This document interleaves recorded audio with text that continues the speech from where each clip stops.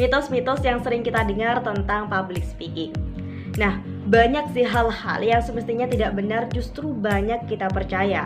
Contohnya saja dalam berpublic speaking. Kadang mitos-mitos inilah yang sebagian besar membuat kita tidak berkembang dalam berlatih.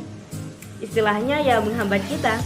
Jadi sebelum kita terkontaminasi berbagai mitos ini, yuk kita antisipasi bersama.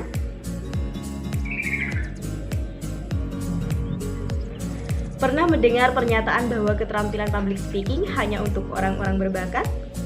Yaps, pernyataan ini tentu hanya mitos teman-teman. Faktanya nih ya, keterampilan public speaking itu bisa dipelajari dan bisa dilatih. Semakin sering kita beranikan diri untuk tampil dan berbicara di depan umum, maka di situ akan ada rasa terbiasa. Banyak kan yang bilang kalau bisa itu karena terbiasa. Justru ini benar, bukan cuman quotes ataupun iming-iming biasa. Faktanya memang demikian. Semakin kita gencarkan untuk berlatih public speaking, ya proses tidak akan pernah mengkhianati hasil. Logikanya lagi nih, asal ada kemauan dan tekun belajar, maka keterampilan itu bisa kita kuasai dengan baik. Jadi salah besar ya kalau public speaking itu adalah keterampilan bawaan. Misal juga ada yang bilang, oh itu pasti karena keluarganya pada jago-jago ngomong, ya pantas dia juga jago. It's a big no. Meskipun itu bakat, juga butuh diasah dong ya. Kalau ini sih mengarah ke tips ya. Cukup banyak memang referensi tips dan cara kita agar tidak gugup saat berbicara di depan umum.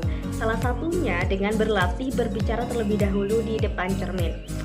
Nah sebenarnya cara ini tidak salah kok, justru bagus. Namun tujuannya yang kurang tepat. Karena apa? Karena sebenarnya ketika kita latihan berbicara nih di depan cermin, tujuannya itu tidak lain adalah untuk mencari tahu dan melakukan koreksi bagaimana sih penampilan kita saat berbicara nanti. Misal, bagaimana cara bicaranya, pengucapannya, penguasaan materinya, dan lain-lain. Itu loh gunanya kita latihan di depan cermin. Jadi kurang tepat kalau dikaitkan berbicara di depan cermin itu adalah untuk mengatasi gugup. Satu lagi nih yang tidak jarang sering dipraktekkan teman-teman, yaitu katanya menggenggam benda untuk mengatasi gugup dan tegang saat berpublic speaking. Oke, contohnya memang memegang pena, pensil, atau benda apapun itu memang sering disarankan kepada kita sebagai upaya untuk mengatasi ketegangan atau rasa gugup kita ketika harus berbicara di depan umum.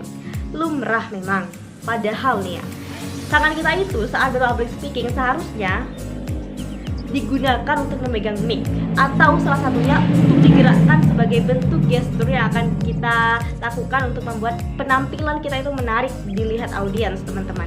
Nah misal kalau kedua tangan kita ini sibuk memegang benda yang tidak ada hubungannya dengan proses public speaking itu, justru itu malah akan merusak penampilan kita. Jadi hal ini perlu juga dihindari betul ya, agar penampilan public speaking kita bisa maksimal. Dan juga realitanya, gangguan seperti nervous, tegang, ya wajar bagi kita seorang pemula. Kita bisa ketika kita sudah terbiasa mengontrol diri kita. Untuk lebih luas lagi, bawaannya lebih rileks, tenang. Jadi tidak perlu menerapkan hal-hal yang katanya solusi, malah untuk merusak penampilan kita. So thank you buat kalian yang sudah nyimak video ini dari awal sampai akhir, semoga bermanfaat. Dan tetap stay tune di channel Yakuza ID untuk konten menarik dan tak kalah menarik lainnya. Aku Yani Aprilianti pamit, sampai jumpa.